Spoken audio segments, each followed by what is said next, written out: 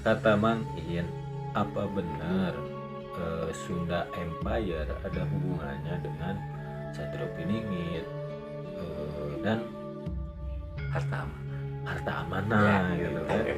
Kalau nggak ada alasan, kenapa di sini? Kenapa di sini? Ibaratnya ada apa dengan Nusantara? Buat apa mereka merusak sejarah negara kita? Harta amanah. harta. Harta amanah yang diceritakan Nabi itu, Sungai Efrat mengering, kelihatan emas, gunung emas gitu.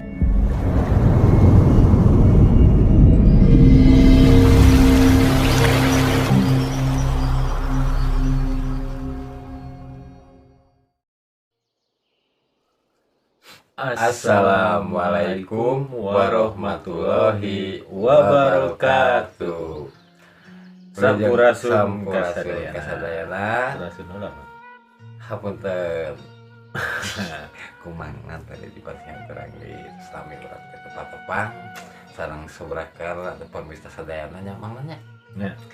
Nah, ayeuna urang patepang deui bersama kami Mang In Abi Mangan di acara Ngacapruk jelema anu lalieur. nu lalieur nya. Ieu mah ngacapruk jalmi nu lalieur gitu. Wada di Jawa enggak? Alhamdulillah mantannya. Percanten mangga, ente percanten nya mangga. Mangga oke. Kan namina ge nu lieur ngobrol. Aya nu ngadangu ya syukur gitu. Lah aya teh mangna urang ngebahas naon teh kita mah. Bahas cobi we. Aya teu mangin nu bade diteruskeun. Oh. Alasannya harus setahun mereka tukangnya makanya kurang itu. Kirang langkung kita aya. Naon satahun? Sunda Empire. Oh, Sunda Empire. Nah, atau kumahnya Sunda Empire teh aya hubunganna sareng Satrio Piningit atau jeung harta titipan. Harta amanah. Benar. Harta amanah. Jadi gini pertanyaannya kan tadi pakai bahasa Sunda. Takutnya ada yang nggak ngerti. Kata Mang In, apa benar Sunda Empire ada hubungannya dengan Satrio Piningit dan harta amanah gitu. Jadi gini aja, sebelum saya mulai ke pembahasan, saya hanya ingin menjelaskan terlebih dahulu apa yang saya ucapkan, apa yang saya terangkan gitu kan, itu hanya pemikiran saya saja gitu kan, jangan terlalu dipercayai gitu, tapi dipelajari lagi ya gitu. Pelajari lagi biar kita tahu dan dapat kebenarannya gitu ya. Anggap aja ini kita sedang ngobrol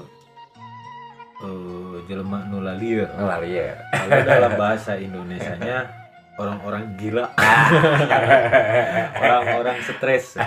Orang stres lagi ngobrol gitu. Semuanya aja. Nah, Periksa itulah. lagi ya. Jadi lagi. jangan terlalu dipercaya. Nah, sekarang kita mulai, Mang. Ya, mana-mana. Sunda Empire sama Satrio Piningit terus harta amanah, apa ada hubungannya gitu ya? Betul. Kalau menurut saya mungkin ada gitu, karena ginilah, yang tahu kebenaran Sunda Empire itu yakni diri kita sendiri, diri kita masing-masing, hati kita yang membenarkan atau tidak benarkan. Kalau yang tidak percaya mungkin menganggapnya gila, stres atau berhayal gitu. gitu kan. Iya. Nah, sebenarnya kalau yang saya pelajari itu benar adanya. Apa yang dikatakan Lord Rangga gitu ya, disebutnya Lord Rangga gitu. Ada yang benernya, ada yang dilebihinya gitu. Ya kita ambil yang sesuai hati kita, yang masuk ke dalam hati kita, yang masuk ke dalam kalbu dan pemikiran kita gitu. Kalau menurut saya ada, Mang. Dari segi mananya, Bang? Yang pertama, gini kan, udah tahu kan kalau sekarang ini kalau adanya Nusantara, kalau adanya Satrio ini, Nusantara jadi mercusuar dunia, betul kan? Betul. Nah, yang diucapkan Lord Rangga itu dibilangnya Sunda itu bukan, ibaratnya kan mengalamatkan Bandung lah ya. Itu Bandung itu sebenarnya bukan kotanya. Jadi yang beliau ucapkan ini, Bandung itu berarti Pulau Jawa.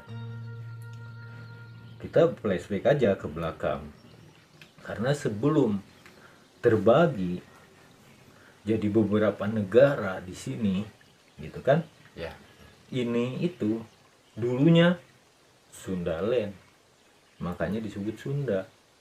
Nah, Sunda identiknya apa? Bandung, Jawa Barat. Karena kenapa dibilang Bandung? Ibu kotanya Jawa Barat, makanya dibilang Bandung. Itu Sunda. Nah, yang dibilang Sundaland itu Sunda. Sunda itu Sundaland, yang dibilangnya Bandung. Gitu. Makanya kenapa Nusantara jadi mercusuar dunia itu. Sedangkan Sundaland ini ya, Sundaland ini kan yang masih ibaratnya yang masih pekat atau apa ajarannya, yakni Sunda Wiwitan masih ada sampai sekarang gitu kan. Nah, yang dimaksud beliau tuh itu gitu. Nah, terus kenapa bisa dunia gitu kan. Nah, sekarang saya mau balik bertanya gitu kan. Coba kita pikirkan, saya pernah bilang ada apa dengan Nusantara ini sampai sejarah Nusantara diputarbalikan gitu. Dari pendidikan dihapus, ibaratnya disaring lagi, difilter lagi agar tidak dapat tuh jati diri Nusantaranya, jati diri berbangsa, jati diri bernegara. Kita jati diri bangsa kita tuh dari kita belajar aja udah dikurangin gitu kan, hampir. Nah, itu makanya jadi begini. Nah, yang dibilang Sunda Empire harus menyetor Ya, gitu kan. Nah, negara daftar ulang. Yang disebut daftar ulang itu, kenapa kita bangga dengan leluhur kita? Kita bangga bahwa Nusantara, leluhur kita tuh luar biasa, kekuasaannya sampai melebihi luar negara ini sendiri gitu kan. Nah, itu tujuan mereka tuh nggak mau, ibaratnya kalau kita taruh aja bayar pajak pembangunan ke kita, misalkan bayar pajak gitu kan. Nah, mereka itu tidak mau. Makanya sejarah ini dikuras lagi supaya anak cucu itu nggak tahu masalah ini gitu, biar tidak nagih sama mereka ibaratnya gitu kan. Nah, biar gak nagih sama mereka gitu. Otaknya siapa dua otaknya, yang saya bilang Asia dan Amerika Latin. Itu otaknya gitu. Nah terus apa maksudnya virus corona di sini gitu kan? Saya udah bilang juga supaya kita tuh duduk, biar sembuh dulu nih negara dengan penyakitnya, kamu duduk aja gitu. Nah kedua negara Aljizaya itu saling sikut untuk ibaratnya ke depan menguasai negara ini agar nurut sama mereka. Ujung-ujungnya yang tadinya hak kita diambil oleh mereka. Saya hanya sekedar membuka pemikiran, dipikir lagi, dirasakan lagi, Ya, gitu kan. Kalau nggak ada alasan, kenapa di sini ibaratnya ada apa dengan Nusantara? Buat apa mereka merusak sejarah negara kita? Gitu. Kalau aset kita tidak sebesar Sundaland.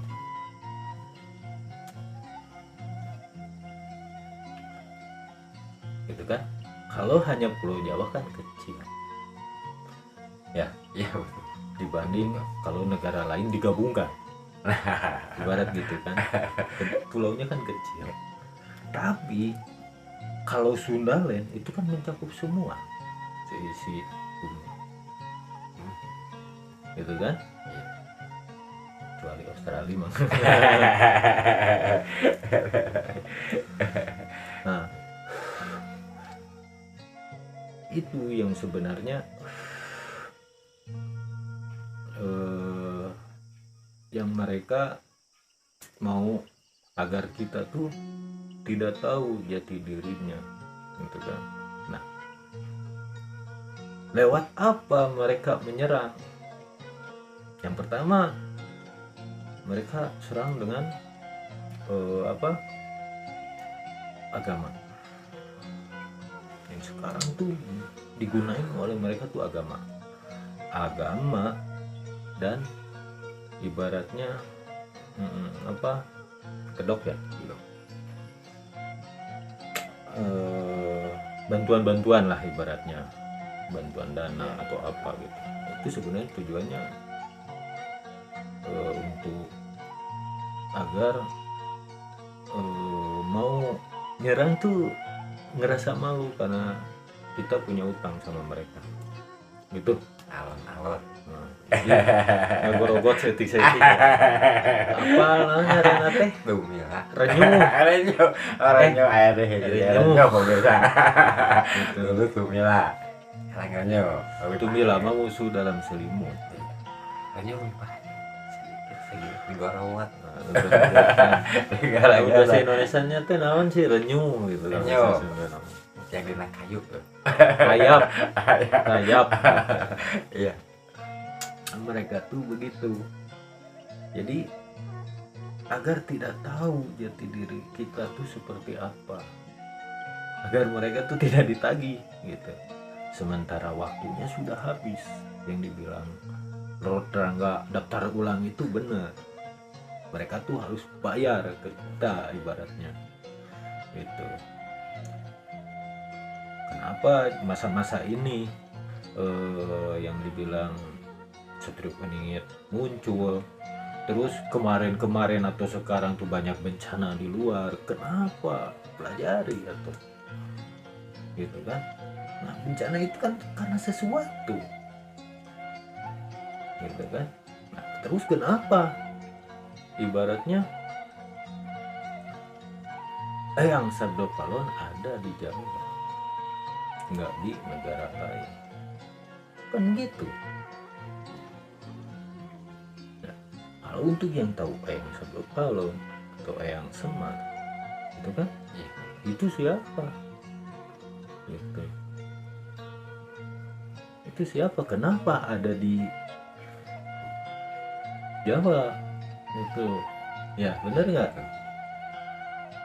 Terus kalau saya mau cerita tentang Imam Mahdi itu kan di hadis menerangkan Imam Mahdi di Arab. Nah Arab emang bukan Sunda gitu. Arab tuh masih di tanah Sunda. Sinalin tadi teh. Heeh. Oh. Itu makanya Luas. jadi makanya banyak yang menyebutkan Imam Mahdi itu masih di Nusantara adanya begitu. Makanya saya sering mengingatkan tentang jangan sampai kita terbawa-bawa sama agama gitu, jangan terlalu fanatik lah terhadap agama gitu. Jangan sampai kita dijajah oleh agama. Nah, kenapa kita dijajah oleh agama? Kan agama tersebut dipakai senjata untuk kita agar kita tidak mau melihat ke depan. Kenapa spiritual juga banyak yang dibilang musyrik, Ya. gitu kan? Namanya apa? Mediumisasi, ada yang bilang musyrik, tidak ada di sananya, gitu kan? Jaro. Nah, gitu. Iya. Nah, benar kan? Pandangan Kan orang banyak Jawa. orang yang salah gitu. Yang musyrik itu bukan yang kita lakukan, tapi manusianya yang bikin musyrik. Gitu. Di tempatnya bener, manusianya niatnya yang nggak bener. Nah, itu yang musyrik. Kalau niatnya bener ya nggak musyrik. Yang niatnya Nah, benar. makanya saya berani ada seseorang yang ruqyah, Mang. Ya. Ruqyah terkenal di TV lah gitu, sekarang jadi YouTuber gitu kan, yang suka ngeruqyah. Tahu kan di salah satu TV yang angka 7 itu Ada, lah, ya. ada peruqyah itulah ya. Ya, Nah, ada. dia bilang jin ini jin itu gitu kan ibaratnya. Nah, dia itu salah satu orang yang termakan agama gitu, Mang. Saya berani ngomong, suruh dia ngeruqyah Cak Nun gitu. Coba Cak Nun tuh ruqyah, atau saya lah ibaratnya. Saya nih atau Mang In lah gitu, ngeruqyah Mang In. Kalau bisa sok ruqyah. Atau yang suka, ada yang suka ngelawan dukun-dukun santet gitu, sok nih ruqyah ini gitu. Kalau sampai leluhurnya bisa pergi dari sini, saya salut, berarti dia benar ajarannya. Tapi kalau masih ada karunya di sini, gitu kan, berarti dia yang kemakan agama. Kenapa saya berani bilang begitu? Orang yang ngerti adanya leluhur pasti tahu leluhur tuh kenapa ada pada kita. Bukan kemauan kita, bukan kemauan leluhur juga, tapi sudah ditentukan dari sananya, gitu kan. Sementara peruqyah yang dipakai ilmu apa? Ilmu Allah, gitu kan. Nah, untuk meruqyah karuhun kita. Sementara karuhun kita tuh dari mana sampai bisa ada di diri kita, gitu kan. Ya, betul. Masa utusannya mau dilepas sama utusannya juga? Kita kan mau diadu domba sebenarnya, betul kan? Betul. Meruqyah itu hanya melepaskan yang ditempelin, yang ketempelan, atau kiriman orang, atau santet, itu saja yang ngeruqyah. Jangan salah, makanya jangan melihat peruqyah itu luar biasa gitu. Kalau di mata saya, bukan saya sombong gitu ya, Ya. mereka terlalu gimana gitu orang yang peruqyah itu. Harusnya kayak diri kita harus bisa menghargai sesuatu yang tidak kita lihat gitu. Mau dia jin gitu kan, mau dia iblis, mau dia setan, mereka tuh ada di sini, ada tugasnya kecuali yang mereka ibaratnya nih mangin kesantet, kena santet. Yang namanya santet pasti ada makhluknya, gitu kan. Betul. Saya ibaratnya nih ruqyah, bukan makhluknya yang kita hantem, karena makhluknya itu hanya disuruh, gitu kan, hanya dijadikan alat. Orang yang nyuruhnya kalau mau, gitu. Kalau kita yang hantem ini makhluknya, kita yang ngobatin orang tuh harus dengan pikiran yang benar, jangan sampai ngelawan makhluknya. Jangan hanya pengen narsis saja, pengen eksis. Harus benar, tata caranya tuh harus gimana gitu. Kalau mau ngobatin, jangan asal main hantem aja. Itu benar kan? Ya. Mereka tuh hanya dijadikan alat sebenarnya. Kalau kita mau berdakwah, ibaratnya mau apa? Mau supaya makhluk itu jadi benar, Ya. lepaskan saja makhluk itu. Ibaratnya sinkronisasi antara pengendalinya dengan makhluk itu, kita putuskan saja. Supaya apa? Supaya makhluk itu tidak bisa dikendalikan lagi dengan sama orang yang mengendalikannya. Terus kamu tempatin makhluknya di mana sesuai keinginannya, tempat yang ibaratnya aman lah. Ya. Itu kalau mau ngobatin itu kan, jangan sampai ibaratnya gimana lah itu. Saya kan pesen nih di episode sebelumnya emang ya, jangan sampai tertipu oleh mata, kata saya.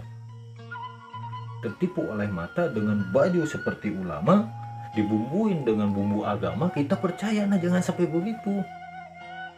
Itu. Kita tuh jangan sampai ibaratnya agama tuh jadi patokan gitu. Agama tuh bukan patokan hidup kita. Patokan hidup kita tuh ikhlas. Kita menjalani hidup harus ikhlas. Itu. Ya. Iya.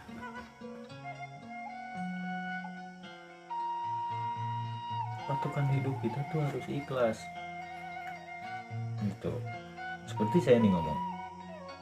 Nabi Ibrahim. Cerita kita tentang bercermin ke ceritanya Nabi Ya. Nabi Ibrahim alaihissalam. Beliau kan dibakar. Iya. Tapi apinya tuh terasa dingin,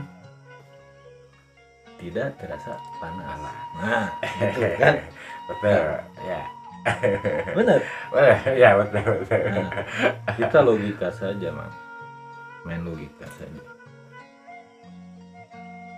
Itu emang kanjeng Nabi Ibrahim, yang namanya Nabi bisa mungkin terjadi karena mukjizatnya. Ya. Karena utusan yang maha kuasa, betul kan? Betul. Nah, kalau kita dipelajari dari cerminan itu, apa yang kita dapat? Apa?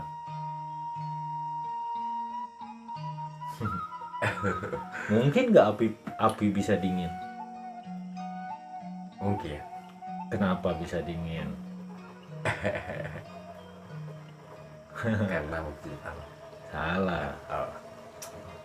Api bisa dingin, ibaratnya itu kan cerminan untuk kita. Karena kita mah manusia biasa. Kalau dibakar ya kepanasan. Iya. Benar?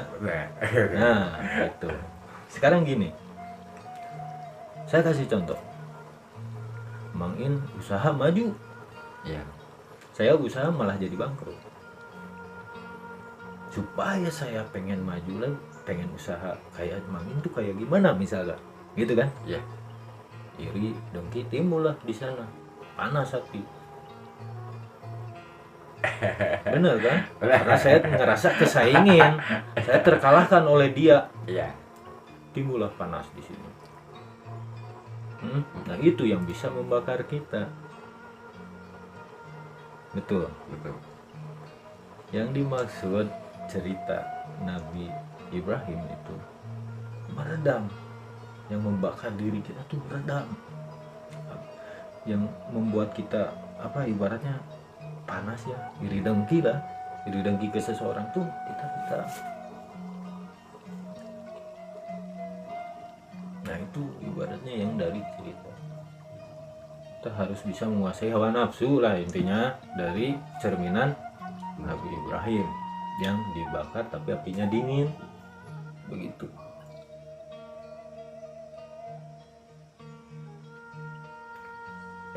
Ya, balik lagi ke cerita hubungannya yang tadi apa sudah empire dengan satu peningin dan harta amanah. Nah sekarang harta amanah. Harta amanah yang diceritakan Nabi itu, sungai Efrat mengering, kelihatan emas, gunung emas gitu kan ya. Nah sungai Efrat mengering kelihatan gunung emas itu sudah banyak yang menyadarinya bahwa di sini itu sudah banyak menyadarinya, sudah banyak petunjuknya yang menunjukkan bahwa gunung emas tuh yaitu seisi bumi ini. Seisi bumi ini gunung emas. Awalnya dari mana? Yaitu Sundaland. Supaya apa? Banyak yang berebut, gitu kan? Banyak yang berebut ibaratnya yang saya tadi bilang nggak mau bayar pajak lah, ibarat contohnya gitu, nggak mau bayar pajak gitu. Pengen mereka tuh ngontrak tapi nggak mau bayar gitu, ibaratnya begitu man. Gitu. Jadi nggak mau bayar. Iya, kalau zaman kerajaan kan gitu. Kerajaan mana yang dikuasai kan harus bayar upeti. Nah ibaratnya begitu, nggak mau bayar upeti gitu ke ibu kota ibaratnya gitu. Nah itu yang dibilang, yang dimaksud Lord Rangga itu bahwa pusaran, intinya sistem yang dibilang itu yaitu nantinya yang disebut Nusantara Mercusuar Dunia tuh itu di situ gitu ya. Nah makanya ini banyak orang yang nyeleneh gimana gitu kan ya kan, dari itu juga nggak bakalan ada orang yang percaya ya. Pemikirannya modern zaman sekarang ya. Makanya jangan mau jadi orang pintar, jadilah orang cerdas gitu. Kalau orang pintar masih bisa dibodohin, atau nantinya orang pintar malah jadi pintar kebelingan. Hanya jadi orang cerdas gitu, jangan jadi orang pintar gitu ya. Intinya begitu. Jadi ini mau dipercaya silahkan. Enggak apa-apa, karena ini obrolan orang-orang stres saja gitu. Anggap aja kita stres ngacapuk kemana gitu ya. Nggak boleh ya, oke. Ngomong itu. Jadi mau dipercaya nggak apa-apa ya, alhamdulillah gitu, dipelajari lagi alhamdulillah ya. Saya hanya sekedar ingin membuka pemikiran saja, membuka bahwa kita tuh sedang di dalam genggaman mereka gitu ya. Hati-hati dengan agama gitu kan ya, hati-hati jangan tertipu mata, kata saya, dengan berbaju ulama dibumbui bumbu agama. Kita sudah percaya gitu kan ya. Saya pakai baju biasa karena di dunia ini ibarat begini ya. Pernah dengar yang namanya wali ada yang gelandangan. Pernah dengar? Pernah kan? Emang benar itu adanya, ada yang kenapa beliau saja wali berbaju gelandangan, gak mau berbaju ulama? Itu saja pertanyaan saya, dipikirkan aja. Ya, Kalau mau rekomen, mangga. itu aja. Jadi jangan pernah melihat, intinya apa? Cari yang tidak terlihat dan tidak terasa agar kita cerdas, gitu ya.